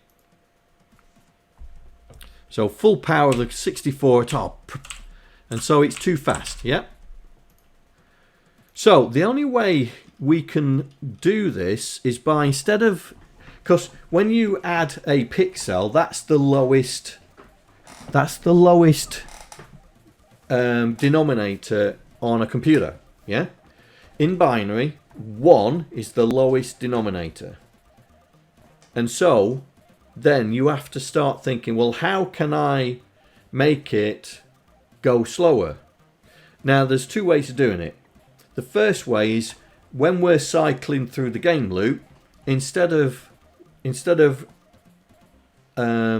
interrogating the keyboard on every loop and moving 1 pixel, we could say do it on every 10th frame or on every 20th frame or stuff like that, which would slow it down. But then that run it on a spectrum. But then you are effectively, you know, then you've got timers and counters you've got to look after and stuff like that. There is another way of doing it, which is not run it on a spectrum, is called a binary fraction. And a binary fraction, as we've, like in a decimal fraction up here, a decimal fraction is the 0.1 after the number after the decimal point. So here we've got 10.1, which is a tenth of 1. Yeah. If we put a 0 in it, then that becomes a hundredth, thousandth, 10,000th.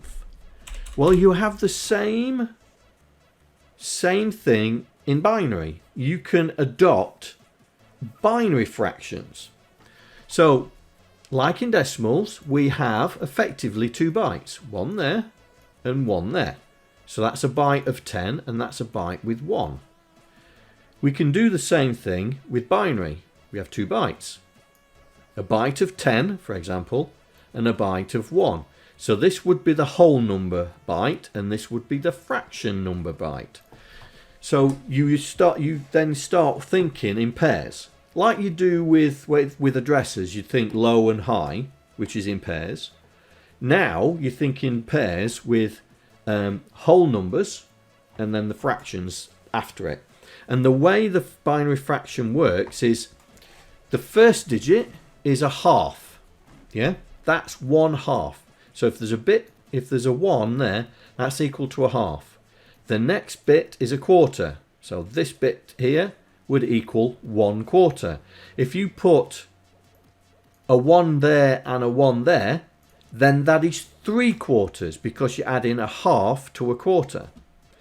The next bit would be an eighth.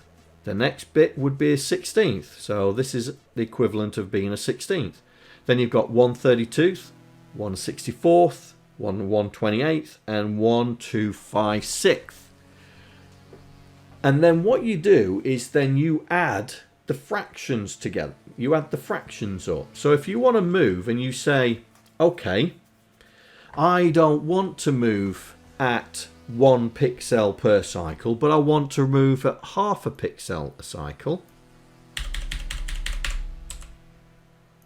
then this is a half. Yeah, because we've got 1. Yep, 1 and 7 zeros. And as I've put up there,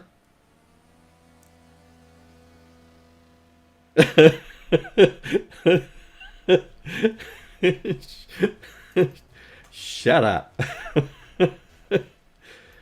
What?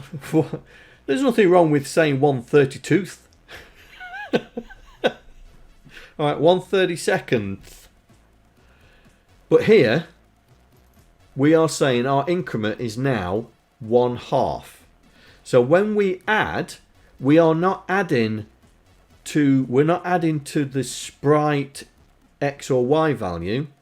We are adding, and if I get to it here, increment. We are adding the increment to the y fraction. So we've got y fraction and y. So we're in pairs now, and for x, and because of the sprite, we have x high, x low, and x fraction. I was going to say, no, you're not, mate. So for the sprite, yeah, x has 3 bytes: x high, x low, and x fraction. But we're adding the increment to the fraction, and y would have y fraction and y, and we add to the y fraction. So in typical mathematics, yeah, that when we cross the boundary, when y fraction crosses the boundary into, so like for a half you would add a half, and then when you add the half again, it adds, you need to add 1 to the whole number. You do the same thing here, yeah, and same with the x, but you have to go to the x high as well. So we've now set this to that we're going to increment in halves. So if I run this now, it should be slower. It may not be much slower because it'll still probably whiz off the screen. But here we go. So now we're getting 4 on the screen because we've slowed it down. Yeah. So I'm going to slow this thing down even more. Yeah. So I'm going to say for every game cycle, so every cycle of the thing, we are going to increment it by 1/32 or 1/32. So that's going to be 0, 0, 0, 0, 0, 0, 1. So this is now 1/32. So, oh, I've pressed F6 again. So F5.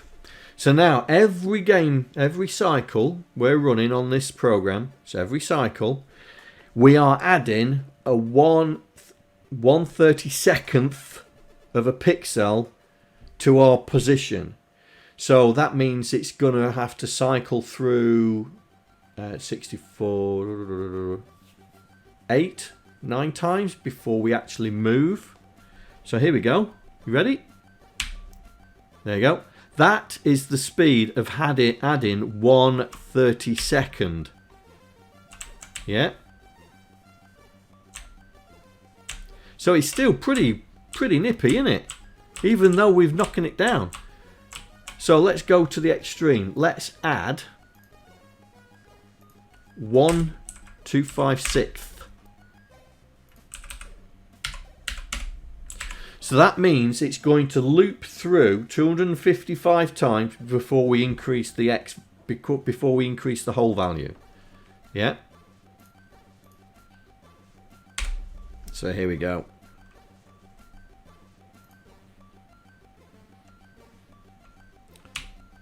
There you go. We're not slowing the computer down. All we're doing is we have changed the increment value on the x and y to be that it only adds 1/256 to the coordinates. So it has to go through 100. Is it? No, it's not 100 and 256. It's 128, isn't it? No, it's 256. Yeah, 256 times. It runs through it 256 times. So if we want to double that speed, then we do that. And that should be now twice as fast. There you go, it's speeded up, look.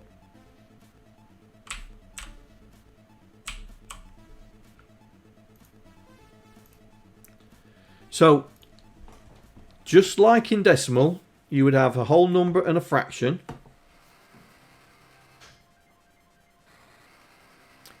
Exactly. You are simulating the skip, but you're using the maths to do it. So you don't have to worry about counters and timers or anything like that. You're just saying, for every cycle I'm running through, I'm going to increase that value by that. Now, when you raster lock it, right, we're only going to update it every 50 times a second. But it will flicker, yes. If we raster lock it, we won't have the flicker. But then you're talking that your update cycle is only 50 frames a second. Yeah. So you've got to remember that if you have it down at this 1/256, it will run really slow. So let's just put it there so it's a half. So we're now raster locking it. So this should, there you go. That's now moving at 25 pixels a second.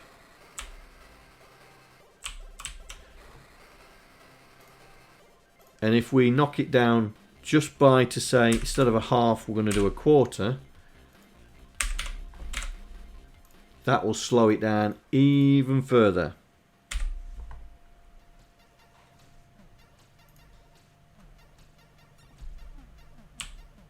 There you go.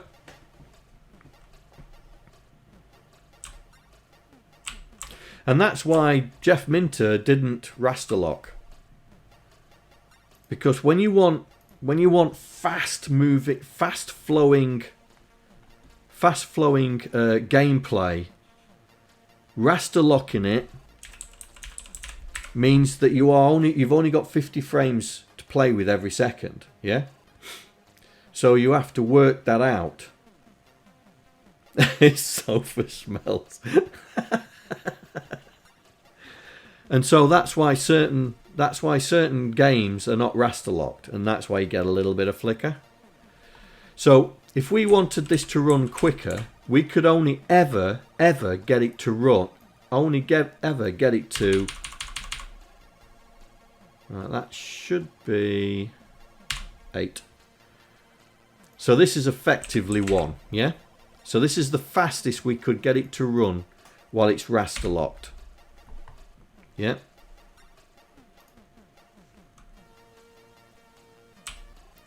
That's the fastest we could ever get this to run while it's raster locked.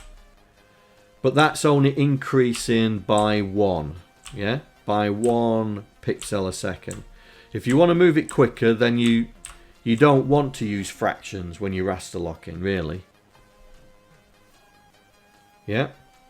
So, and that's why Neptune Lander used fractions, because when you come to doing the arc, at the top of the arc,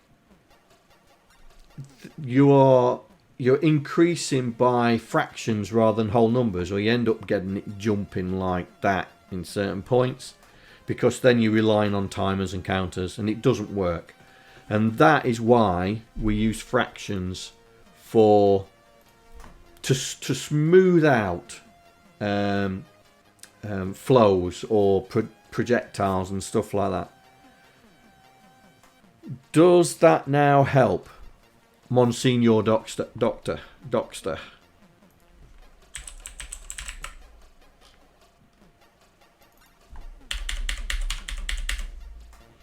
Yeah.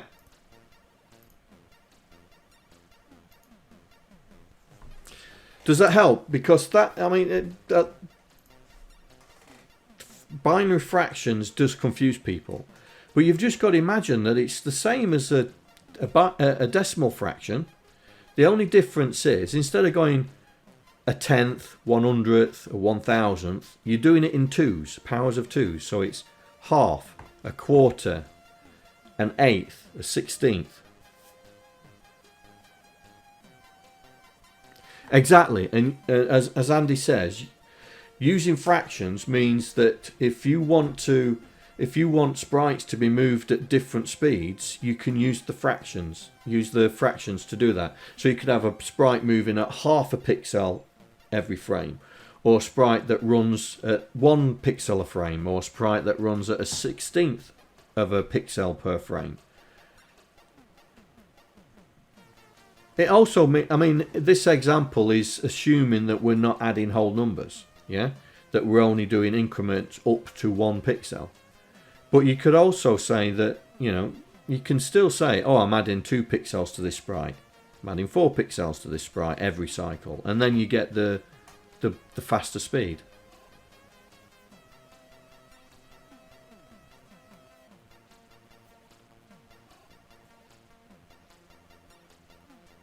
Exactly, you've got the idea, Gary. You've got the idea. But if you call it, if you call it high, low, and fraction, then it conforms to the standard 8-bit terminology, yeah. Because high, low is the address, yeah, and then the fraction is what we've added to that. If you use high, middle, and low, then you can get a little bit confusing, because is low the low byte of a normal 16-bit number? So use high, low, and fraction, or frac as I put it, like I did with the X. X frac, X low, X high. Alright? So that's binary fractions. So there's 2 lessons for today. And I'm sure I'll be coming back to fractions again in the future, because it does take a while to get used to. It does take a while. I mean, when CS Bruce told me about why don't I use fractions when I was doing the Neptune Lander series, it took me a while. It took me a while to get my head around it. But once you get your head around it, it suddenly clicks into place. You're thinking, it's so simple. Why did I not think about this sooner? Why are we messing around with counters and timers and stuff like that to slow things down when you can just add smaller numbers? Alright, so that is that. So this code is already in Git, yeah? It's already in Git. It's episode 10.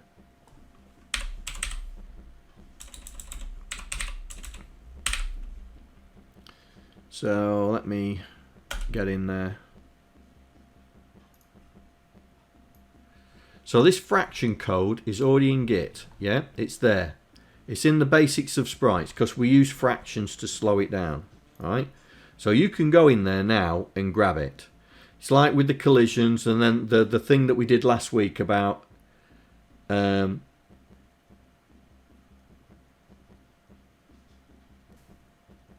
is like having a large virtual. Yes, it is. And then we did the basics of grabbing the keyboard using the CIA chip last week. So, this is what I wanted to... I mean, if anybody asks me how to do something, I don't want them having to wait. And that's why I did the Screen Designer, because somebody asked me last week how to get the screens out of CPS into C64.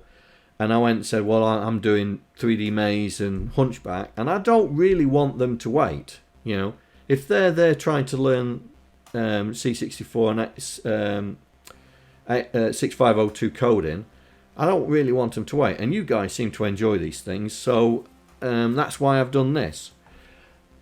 As a bonus, do you remember Hyperload? Let me see if I can fire it up. I wrote a loader saver when I was a kid called Hyperload. Yes. So, let me just load it up. Hyperload. Right? So this is a Hyperload original. So this is what I wrote when I was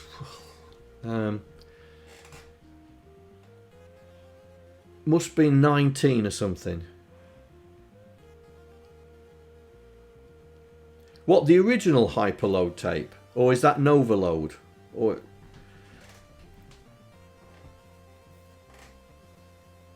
because I knew there was a Hyperload.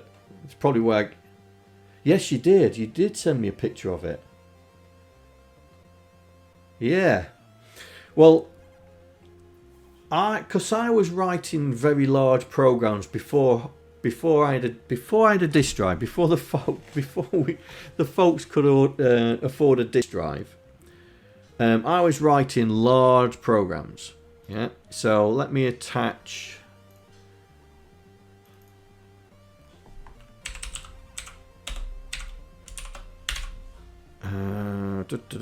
Stars there. So I was writing large programs, large assembly programs. And when you saved them on a tape, it was like the tape counter went to like 130 or something. Yeah, because the programs were so large. As you can see, this is loading it off disk emulator.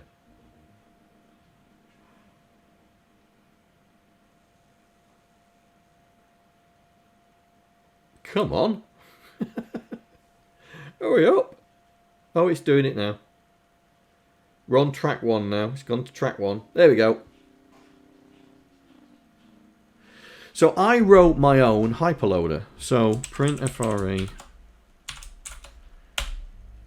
So this is quite a lot. So if I list 1, 200 onwards. So this is like 1200 lines long. Yeah. Well, I wrote my own. So if I attach a tape image.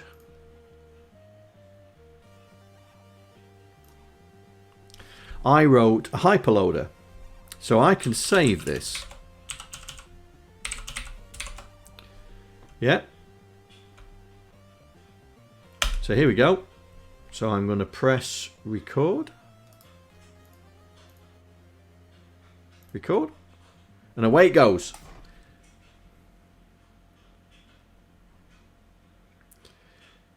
This was only coded for tape. Yeah. So it saves it. And look at the counter, right? Watch the counter. So this is saving that file I just loaded in off disk.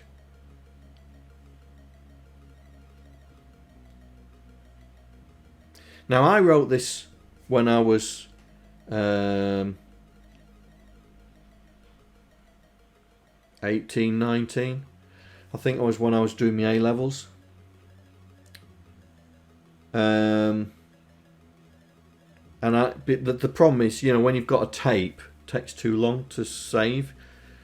You know, like 8 or 9 minutes to save. This will save it in any second. Now it's going to stop. Any second. I think it's to 24, 25.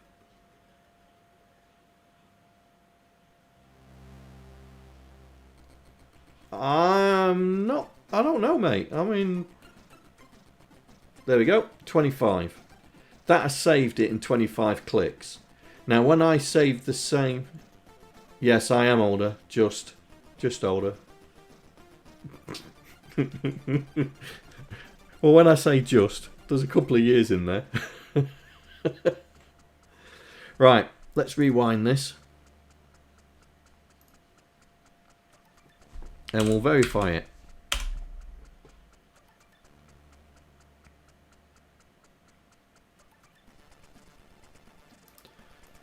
Right, play. Yeah, disk loaders. I wasn't that clever, but I was clever enough to do it on tape. So as you can see, this program is from 0801 to 4904. Even my code, it puts it on there. Well, I've spent this weekend figuring out how I did it, because I'd lost the source code, so I've reverse engineered it. I used Infiltrator to reverse engineer my own code. I've kickified it, and I understand now how I got it to work. So this is going to be another stream series, because I'm not going to be able to code it in one stream. But what I thought of doing was adding more functionality to it. So like here, I want to show which block we're on. You know, how many blocks are left for verifying, yeah? Because you don't know. I mean, we've got the tape counter. It's about to finish any time now. There we go.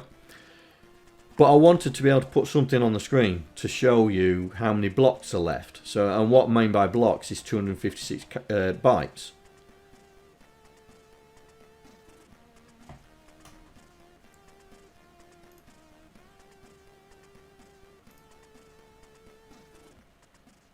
Alright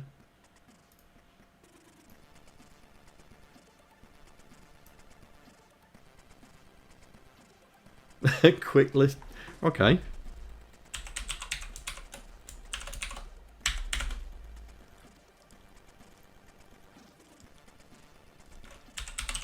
Does it just use the normal loads? Or do you have to put a special command in there?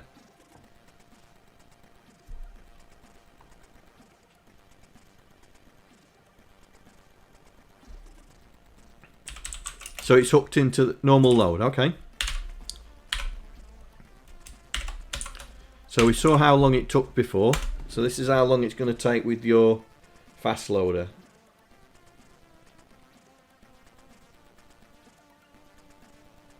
See, that's what I want to do. Put a block... Did you see the block indicator at the top? Up here. There. That's what I want to do for the tape loader.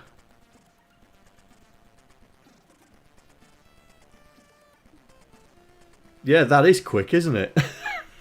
That is very quick. But that's what I want to do for the tape loader. So what I'm going to do is we're going to have a stream series where we're going to write a brand new tape loader. Hyperspeed tape loader. 10 times speed. Yo, it is definitely 10 times speed, mate. I might hang on to that. And so we're gonna create a brand new tape loader, and we're gonna try and see how fast we can get it before it starts disintegrating. I also want, like I say, I want to put some extra features in, like that where it's got where it tells you how to do it. 2-wire transfer. Oh right, okay.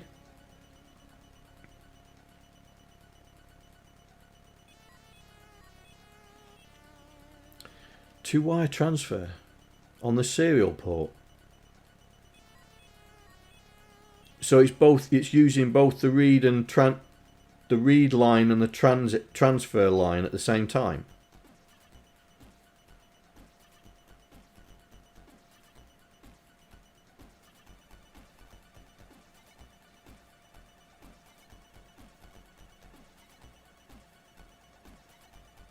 That's the only thing I can think of, is it's using the read line and the transfer line at the same time.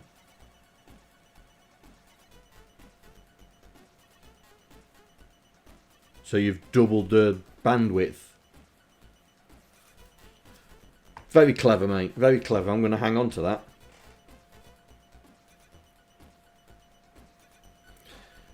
So that's going to be a messing around C64 series where we're going to write our own tape loader to speed up saving and loading tapes. I mean, the one I wrote back there, I think now with my experience now, I think we can get it twice as fast again. I mean, it's 3 times faster than the original save and load, and I think we could halve that again to make it 6 times faster.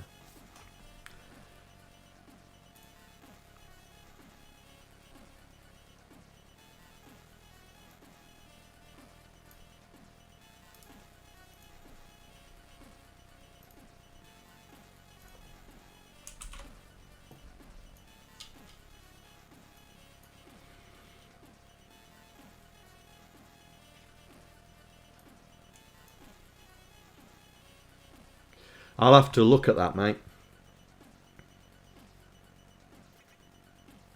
But it's only doing the load, yeah? It's not doing the save.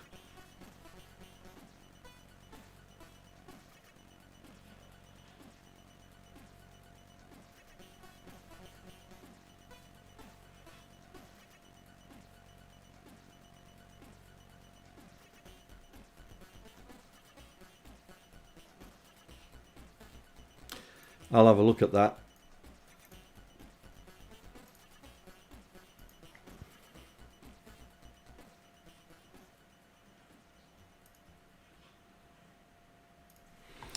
Yeah, I suppose that it could be the writer could be the saver could be written in the same way.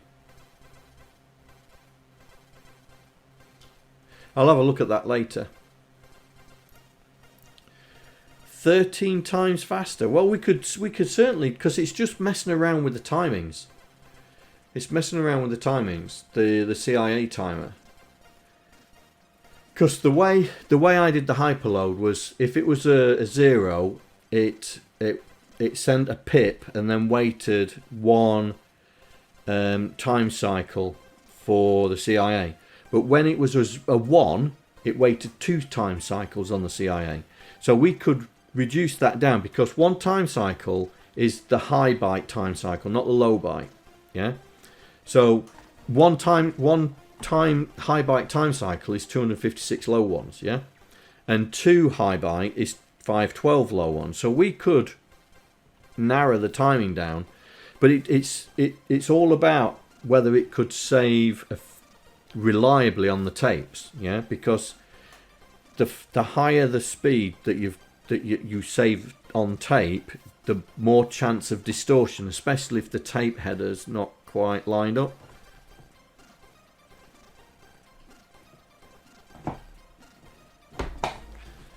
So yeah, so that is going to be something that's in the future. Now I've figured out how I've done it. I'm going to rewrite it. Yeah, see you later, Rob. We'll rewrite it, and so you guys can learn how to interact with the CIA chip. Because as Proton's just shown, you can do quite some sophisticated stuff with the CIA chip. Alright, well, thank you very much for watching and helping. I hope that's been informative. Wednesday we will do some 3D mazing, because what I want to do is I want to put when we get to the finish point, want to be able to detect that we've got there, and start thinking about how we're going to do the AI for the bad guys and how we're going to work that out. So thank you very much, guys. I hope it's been informative, and I hope you've learnt something from the new CPS CBM Program Studio, the beta. Alright, take care, and I will see you soon. Bye. I'd like to thank all the patrons that are contributing to my channel. Without you guys, I wouldn't be able to do what I'm doing right now. Thank you very much.